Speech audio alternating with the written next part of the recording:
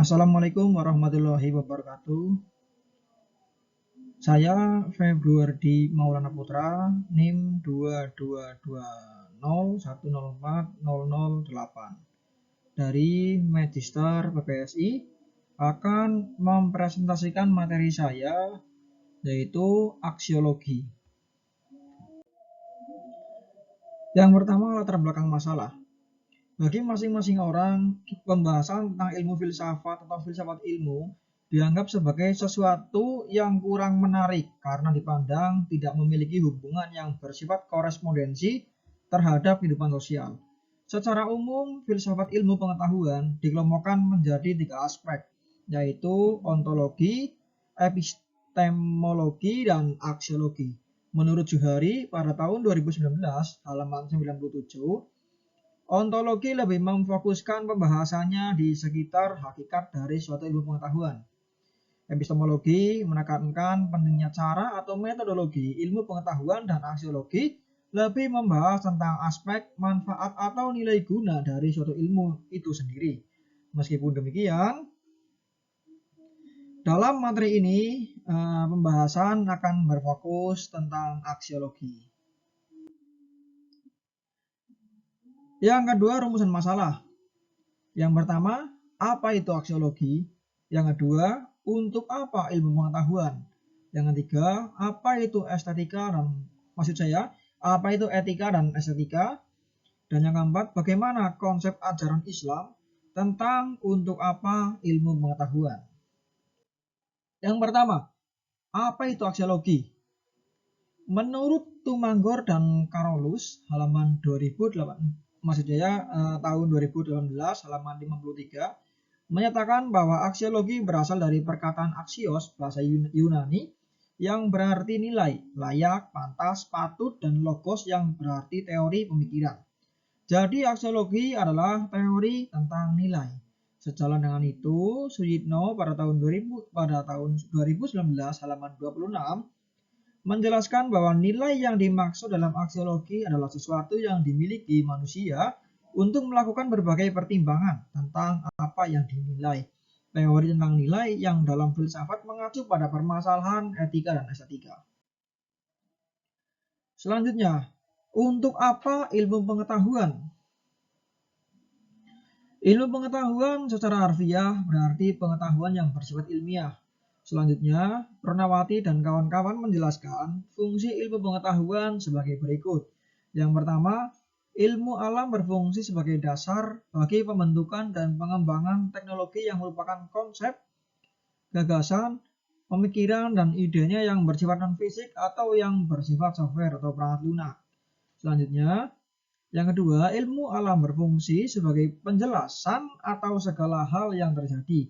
Di dalam kehidupan sehari-hari terdapat berbagai peristiwa atau kejadian yang membutuhkan penjelasan.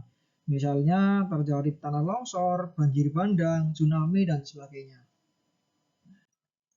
Lanjutannya, nomor 3, ilmu berfungsi sebagai penerang atau nur bagi kehidupan manusia. Keberlangsungan masa depan suatu bangsa sangat dipengaruhi oleh tingkat penguasaan bangsa tersebut terhadap ilmu pengetahuan. Ilmu sebagai cahaya mensyaratkan kebersihan diri bagi orang yang mendapatkannya. Yang keempat, ilmu berfungsi sebagai pondasi yang akan menyangga benteng peradaban sekarang. Ini sekaligus merupakan alat untuk meningkatkan kualitas hidup manusia. Yang kelima, ilmu berfungsi sebagai alat untuk meningkatkan harkat dan martabat.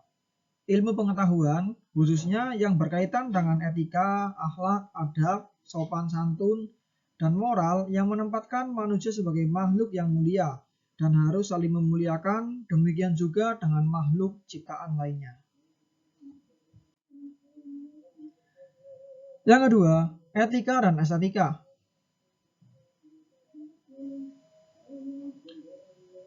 Maksud saya yang ketiga, etika dan estetika. Yang pertama, etika. Menurut Suseno dalam Suyitno tahun 2019 halaman 141 menguraikan bahwa etika merupakan filsafat atau pemikiran kritis dan mendasar tentang ajaran-ajaran norma-norma, nilai-nilai, serta kebiasaan-kebiasaan dan pandangan moral secara kritis. Etika dalam artian ini dimaknai sebagai cabang ilmu filsafat, pikiran kritis tentang suatu ajaran. Selanjutnya, pokok persoalan etika. Dalam etika Aristoteles telah disebutkan bahwa di dalamnya memuat 1. Kebahagiaan sebagai tujuan. 2. Kebahagiaan menurut isinya. 3. Ajaran tentang keutamaan dan ini terdiri dari keutamaan moral dan keutamaan intelektual. 4. Kehidupan ideal. Selanjutnya, macam-macam etika. Kajian filsafat etika dibagi ke dalam 1. Etika normatif, ketika yang mengkaji tentang baik buruknya tingkah laku. 2. Etika praktis, kajian etika biasanya menyangkut soal tindakan yang harus dilakukan oleh manusia. Selanjutnya, aliran-aliran etika. Yang pertama, hedonisme. Sesuatu dianggap baik apabila mengandung kenikmatan, kepuasan bagi manusia. Kedua, vitalisme. Baik buruk ditentukan oleh ada atau tidaknya kekuatan hidup yang dikandung oleh objek yang dinilai. Manusia yang baik adalah manusia yang kuat, ulet, cerdas. Manusia yang memiliki daya hidup yang besar, itulah manusia yang baik. Yang ketiga, pragmatisme. Yang baik adalah berguna secara praktis bagi kehidupan. Keempat, utilitarianisme. Menilai baik dan buruknya perbuatan manusia ditinjau dari besar kecilnya manfaat bagi manusia. Utilitarianisme dibagi dua, yaitu utilitarianisme pribadi dan sosial. Kemudian hubungan etika dan ilmu. Antara ilmu yaitu pendidikan dan etika memiliki hubungan erat. Masalah moral tidak bisa dilepaskan dengan tekad manusia untuk menemukan kebenaran, sebab untuk menemukan kebenaran dan lebih untuk mempertahankan kebenaran diperlukan moral.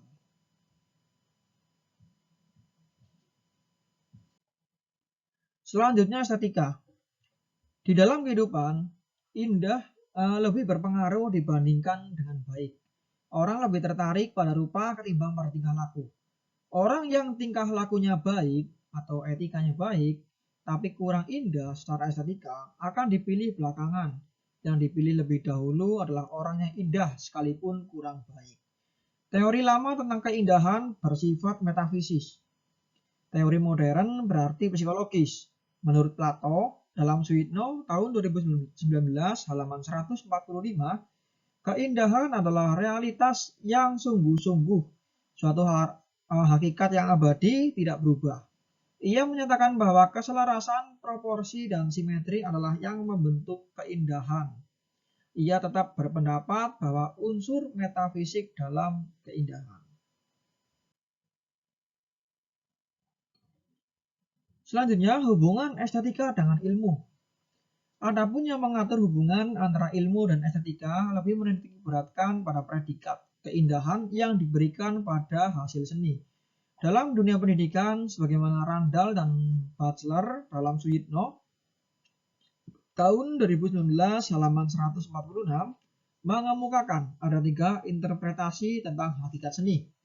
Yang pertama, seni sebagai penembusan terhadap realitas selain pengalaman.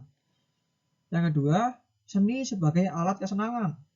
Ketiga, seni sebagai ekspresi yang sebenarnya tentang pengalaman.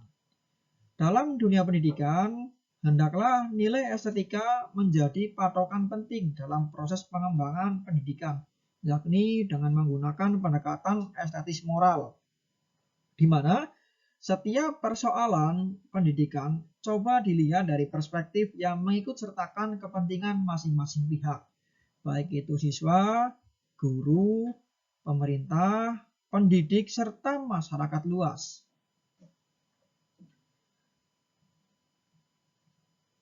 Ini berarti pendidik diorientasikan sebagai upaya menciptakan suatu kepribadian yang kreatif, dan berseni atau sesuai dengan ajaran Islam.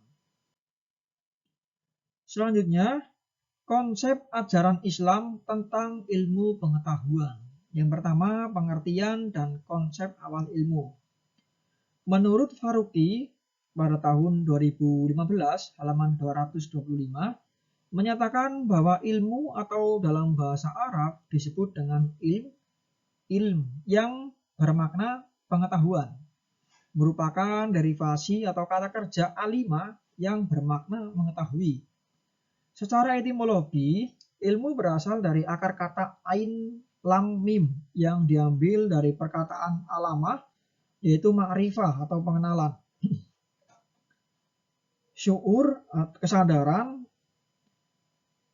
tadzakur pengingat, fahm dan fiqih pengertian dan pemahaman, akal intelektual, dirayah dan riwayah atau perkenalan pengetahuan narasi, hikmah atau kearifan, alamah atau lambang, tanda atau indikasi yang dengan sesuatu atau seseorang dikenal. Lanjutannya, ilmu dalam Islam tidak hanya meliputi ilmu-ilmu akidah dan syariah saja. Selain kedua ilmu tersebut, kita masih berkewajiban untuk menuntut ilmu lainnya. Bisa dikatakan bahwa dengan ilmu syariah, kita akan mempelajari tanda Allah dari ayat kauliyah yang bisa disebut dengan zikir. Sedangkan dengan ilmu ghair syariah, kita akan mempelajari ayat kauniyah Allah yang terbentang pada jagat raya ini, yang disebut dengan tafakur. Selanjutnya, yang kedua ada objek ilmu. Objek ilmu dalam Islam tidak semata berkaitan dengan objek fisik atau yang tampak pada indera dan akal manusia, namun ia mencakup objek fisik dan metafisik. Oleh karena itu, kebenaran ilmu atau hal-hal yang mengandung nilai ilmiah dalam Islam tidak hanya yang bisa diverifikasi atau dibuktikan oleh fakta empiris dan dirasionalisasikan melalui eksperimen atau logika semata.